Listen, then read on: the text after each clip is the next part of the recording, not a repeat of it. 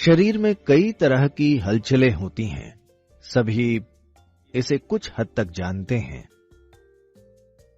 अगर आप एक डॉक्टर हैं तो आप खून के प्रवाह के बारे में सोचते हैं और दूसरी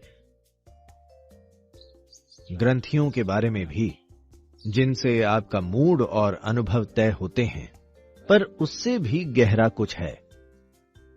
यानी पहली चीज है ऊर्जा की गति। सिस्टम में सभी वायुओं की हलचल में रुकावट नहीं होनी चाहिए। तो शरीर में विशेष रूप से सिर में महत्वपूर्ण मार्ग हैं। अगर ये मार्ग ब्लॉक हो जाएं, keeping yourself up in an exuberant way is a great effort. तो खुद को उल्लासित रखना मेहनत का काम होगा। तो इसे आधार मानते हुए हम अगली 5 पूर्णिमाओं पर उस सिस्टम को समझेंगे जिससे आनंद और उल्लास पैदा होता है। तो ये सिस्टम क्या है, हमें क्या करना चाहिए?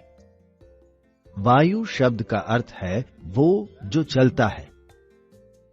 इसे आमतौर पर हवा कहते हैं। अभी यहां तेज हवा है, यह आसानी से महसूस हो रही है।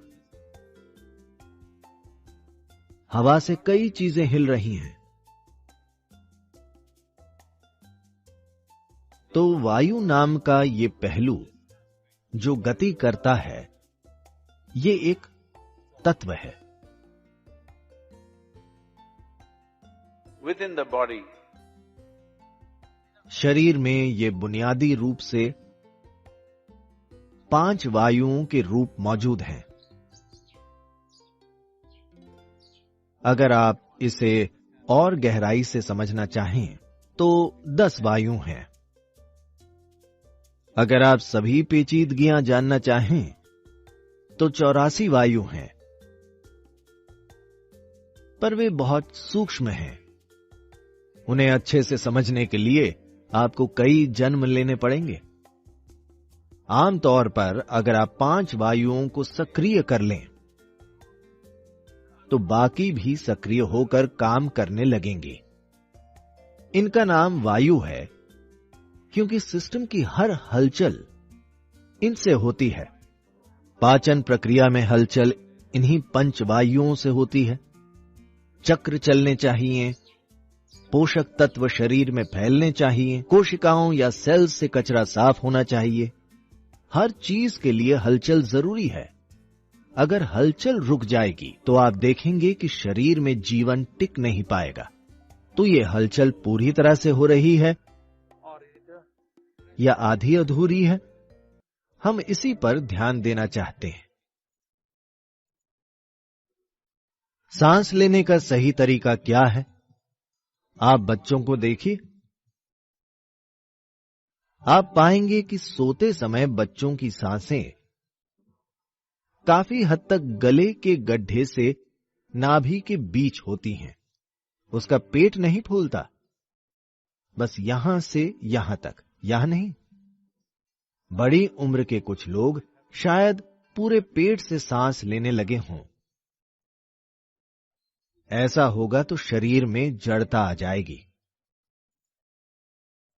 अगर आपकी नाभि के नीचे गैस पैदा होती है, यानी अगर आप वैसी चीजें खाते हैं, जिन्होंने इनर इंजीनियरिंग की है, उन्हें हम ये बता चुके हैं। अगर आप बहुत ज्यादा कंद युक्त या ट्यूबरस चीजें जैसे आलू वगैरह खाते हैं,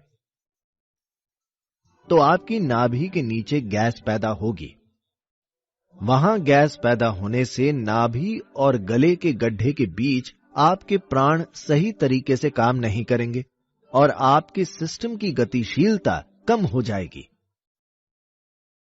इसीलिए जो लोग ध्यान करना चाहते हैं, जो छात्र हैं या जिन्हें अपना दिमाग केंद्रित करना है और लंबे समय तक जागना है, उन्हें वे चीजें नहीं खानी चाहिए। आज दुनिया भर में ऐसा हो रहा है जैसे जैसे दुनिया के लोग या मूर्ख सोचते हैं कि वे ज्यादा से ज्यादा आधुनिक हो रहे हैं, उनका भोजन उतना ही पुराना होता जा रहा है। वे सोचते हैं ताजा भोजन असभ्यों के लिए है, जो खुद को सभ्य मानते हैं वे सुपर स्टोर से एक बॉक्स खरीदते हैं जिस पर लगा प्लास्टिक वे फेंक देते हैं, ये जानते हुए कि इससे पर्यावरण को नुकसान होगा, और कैन आमतौर पर प्लास्टिक या एल्यूमिनियम का होता है। वे उसे माइक्रोवेव में गर्म करते हैं, जो खाने से पहले एक और गलती है। ये शायद कम से कम 3 महीने पुराना हो। नहीं, वो रेफ्रिजरेटर में था, उसमें प्रिजर्वेटिव हैं ताकि वो भोजन खराब ना हो। ये दोहरी भूल है। अब योग परंपरा में आपको हर पकी हुई चीज ज्यादा से ज्यादा 1.5 घंटे में खा लेनी चाहिए। कुछ चीजों के लिए 4 घंटे तक ठीक है, उसके बाद नहीं खाना चाहिए।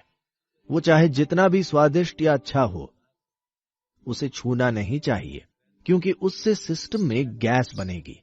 गैस बस केवल पेट में ही नहीं है, जो आप आसानी से महसूस कर सकते हैं, पर आपके सिस्टम में वायु बनेगी, जो आपकी प्राण वायु के खिलाफ काम करेगी।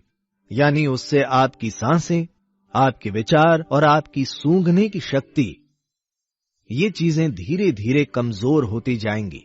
एक जीवंत इंसान बनने के लिए ये तीनों बहुत जरूरी है।